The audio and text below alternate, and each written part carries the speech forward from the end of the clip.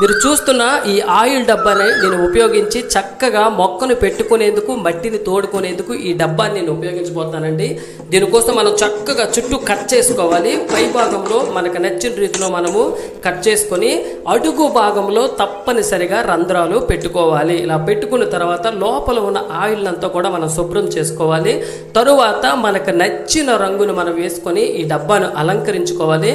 వేసిన తర్వాత ఒక్క 15 నిమిషాలు పక్కన పెడితే ఆరిపోతుంది. ఇదిగోండి చక్కగా ఆరిపోయింది.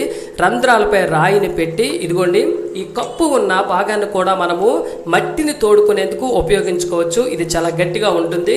ఈ రెండు పక్కలు కూడా కట్ చేసి ఇలా మట్టిని చక్కగా చూసారా ఎంత అందంగా మనకు ఉపకరిస్తుందో. ఇలా మొక్కను పెట్టుకొని నేనైతే ఇలా చక్కగా అలంకరించుకున్నాను. మీకు నచ్చిన చోట నచ్చిన విధంగా అందంగా మీరు అలంకరించుకోవచ్చు.